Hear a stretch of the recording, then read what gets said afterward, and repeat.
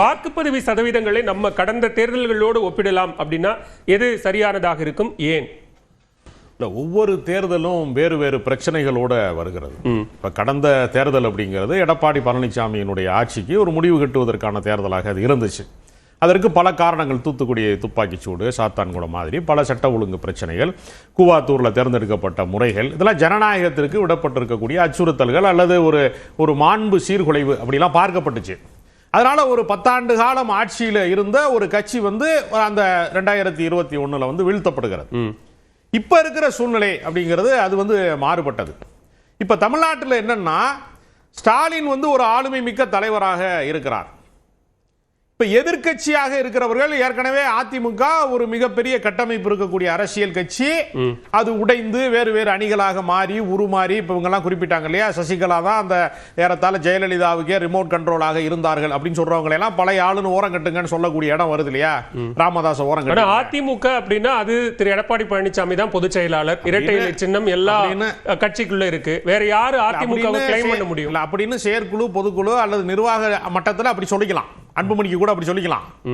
ஆனால் அதிமுக என்பது ஒவ்வொருத்தருடைய ஆள் மனதிலையும் கணக்கில் அடங்காத தொண்டர்கள், கோடிக்கணக்கான லட்சக்கணக்கான தொண்டர்கள் எல்லாருமே ஏற்றுக்கொள்ளக்கூடிய ஒரு பெரிய ஒரு வலிமையான தலைமை சார். அப்படி பார்க்க போனா எல்லாரும் நீங்க சொல்ற எல்லாரும் களத்துக்கு வந்தாங்கல்ல இந்த தேர்தல்ல, அப்படி திரண்டு யார் அவங்க பக்கம் எல்லாம் போய் நின்னாங்க? அதிமுகவினுடைய தொண்டர்களை யார் அங்க போய் திரண்டு நின்னு இதுதான் அதிமுக அப்படின்னு யார் கிளைம் பண்ணா? யாரும் பண்ணல. சசிகலா அவர்களுக்கு கூட்டமே வரக்கூடாதுல, இதுதான் உண்மையான அதிமுக. சசிகலாவுக்கு ஆளே வரக்கூடாது, கூட்டம் போட்டா ஆள் வரக்கூடாது, ராமதாஸுக்கு பின்னாடி ஆதரவு நிலைப்பாடா யாருமே இருக்கக்கூடாது அப்படின்னு ஒரு நிலைப்பாடு இருந்துச்சுன்னா நம்ம அதை முற்றிலுமா நிராகரிக்கலாம். சரி, ஒவ்வொரு தனிநபருக்கும் ஒவ்வொரு மனிதனுக்கும் ஒரு ஓட்டு இருக்குல்ல, பிரதமருக்கு ஒரு ஓட்டு தான், முதலமைச்சருக்கு ஒரு ஓட்டு தான், உங்களுக்கு ஒரு ஓட்டு தான், எனக்கு ஒரு. அப்ப எல்லா தனி மனிதர்களும் சமமாக வாக்காளர்களா இருக்கிறோம். அப்ப யாருடைய கருத்தையுமே நீங்க முற்றிலுமாக நிராகரித்து விட்டு நான் தான் தலைவர், நான் மட்டும் தான் அரசியல் அப்படி சொல்லவே முடியாது. இப்ப என்னன்னா, அந்த காக்கா உட்கார பணம் போல விழுந்த கதைன்னு சொல்லுவாங்கல்ல, அது மாதிரிதான் அந்த எஸ்ஐஆர்ல நடந்த மாற்றங்களை, அதுல ஏற்படக்கூடிய பெர்சன்டேஜ் வித்தியாசங்களை விஜய்க்காக நிகழ்ந்ததுன்னு சொல்றதுல ஒரு கதையாடலை, உரையாடலை நடத்தி முடிச்சிட்டாங்க. இப்ப நீங்க எல்லா முறையுமே நீங்க என்ன செய்வாங்கன்னா, கோயம்பேட்டில் ஓட்டு போடுறதுக்கு கூட்டமா இருக்கும். இந்த முறை கோயம்பேட்டுக்கு போல கிளாம்பாக்கத்தில் கூட்டமா இருக்கு. ஓட்டு போட வெளியூருக்கு போன அத்தனை பேருமே விஜய்க்கு தான் ஓட்டு போட போறாங்கன்னு ஒரு கதையை உருவாக்குறாங்க அவங்க. சரி, இது எப்படி நியாயமா இருக்கும்? நீங்க சினிமா தியேட்டர் வாசல்ல நின்று எல்லாருமே விஜய் ரசிகர்களான்னு கேட்டா கோவப்படுவானா இல்லையா? ஒவ்வொருத்தரும் வேறு வேறு படங்களை ரசிக்கக்கூடியவனா இருப்பான். ஒரு சினிமா தியேட்டருக்கே பொருந்தாத விஷயத்தை இளைஞர்கள் அனைவருமே விஜயின் ஆதரவாளர்கள் என்று சொல்லுவது இருக்குல்ல, அது ஒரு அபத்தமான. வெளியில பேசினவங்க, அவங்க வெளியில எங்களால டிராவல் பண்ணி போக முடியல, எங்களால எந்த ஒரு ப்ராசஸ்க்குள்ளும் போக முடியலன்னு சொன்னது அவங்க, அதனால அது வெளியில தெரிஞ்சது, மத்தவங்க சொல்லல. எல்லா முறையுமே நீங்க சாதாரணமா வீக்கெண்ட்ல போய் ஒரு கிளாம்பாக்கத்துல நின்றீங்கன்னா பஸ்ஸை தவற விட்டவன் சொல்லுவேன், நான் பஸ்ஸுக்காக நின்றேன், போயிருச்சு, லேட்டா வந்துட்டேன், நானு ரிசர்வ் பண்ண வண்டியை கூட விட்டுட்டேன்னு சொல்லுவான். இந்த தனி மனித கருத்தையெல்லாம் ஒரு பொது கருத்து உருவாக்கமாக மாற்றுவது அப்படின்னு ஒண்ணு இருக்குல்ல. அப்புறம் இன்னொரு விஷயம் இருக்கு, சோசியல் மீடியால எந்த கட்சியெல்லாம் ரொம்ப ஆக்டிவா இருக்கோ அந்த கட்சியெல்லாம் களத்துல இருக்கா இல்லையான்னு ஒரு பெரிய சந்தேகம் எனக்கு இருக்கு. சரி, இப்ப இங்க அண்ணாமலை ட்ரெண்டிங்ல இருந்தாரு, அவர் மாநில தலைவரா இருக்கிற போது வார் ரூம்லாம் வச்சிருந்தாரு. அவர் தேர்தல் அரசியல்ல சட்டமன்றத்தில் தோத்தாரு, நாடாளுமன்றத்தில் தோற்றாரு, தேர்தல் அரசியல்ல அவரால் ஜெயிக்க முடியலன்னு தான் கட்சி தலைமையை மாற்ற வேண்டிய சூழலும் அவருக்கு ஏற்பட்டுச்சு. நீங்க சோசியல் மீடியால ட்ரெண்டிங்ல நாம் தமிழர் கட்சி இருக்கு, 15 வருஷமா எந்த அதிகார பதவிக்குள்ளேயும் போக முடியாத கட்சியா அது தனித்து விடப்பட்டிருக்கு. மக்களால் அது தேர்வு செய்யப்பட முடியாது. அந்த கட்சி தலைவரே ஒரு முறை கூட சட்டமன்றத்துக்கு போனது இல்லைங்கிற நிலைமையில அந்த கட்சியினுடைய நிலைமை இருக்கு.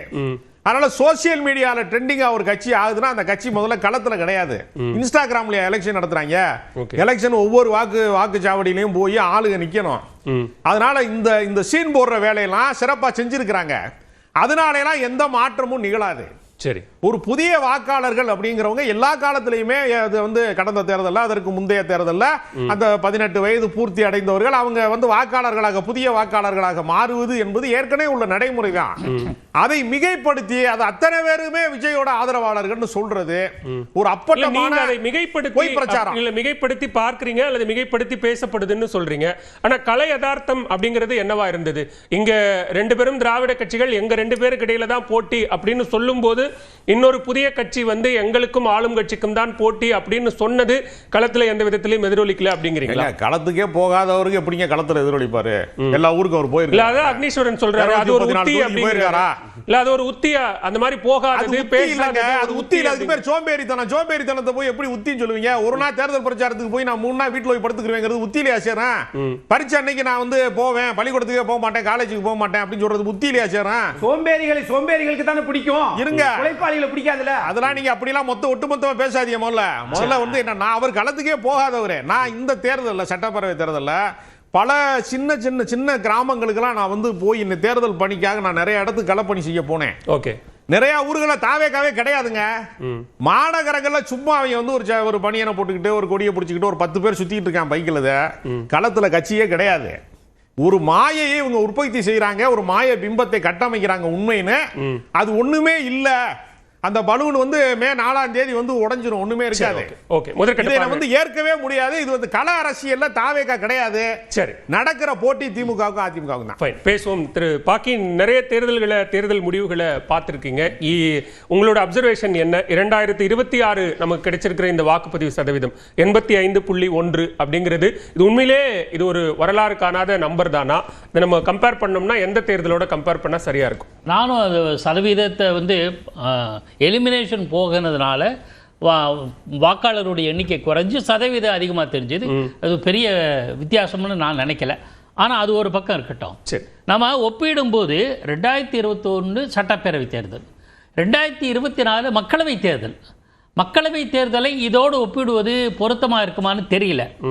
99 வந்து நாடாளுமன்ற தேர்தலில் வாஜ்பாய் அதிமுக திராவிட முன்னேற்ற கழகம் வாஜ்பாய் தலைமையிலான பாஜக கூட்டணி இருக்கு, அப்பவே தேசிய ஜனநாயக கூட்டணி, அது மக்களவை தேர்தலில் வெற்றி பெறுது.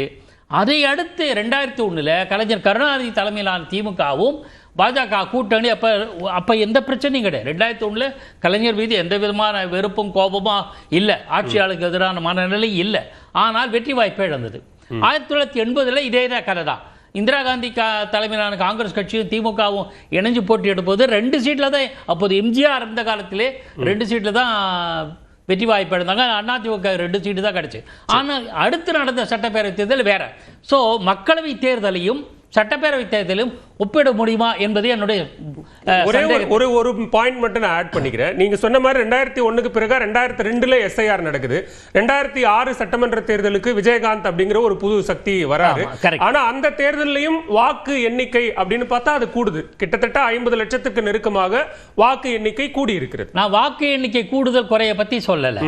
மக்களவை தேர்தல் சட்டப்பேரவை தேர்தல்ங்கிற மனநிலைக்காக சொல்றேன். இன்னொரு கருத்தை நான் பதிவிட விரும்புகிறேன். அதாவது மக்களவை தேர்தலில் 2024 மக்களவை தேர்தலில் அதற்கு முன்பு பாஜக பெற்ற சதவீதத்தை விட கூடுதல் இடங்கள் சதவீதம் பெற்றதா இல்லையா? நான் எவ்வளோ பர்சன்டேஜ்னு கணக்கு சொல்ல, ஒவ்வொருத்தர் ஒவ்வொரு மாதிரி சொல்லுவாங்க. நிச்சயமாக விழுக்காடு பாஜக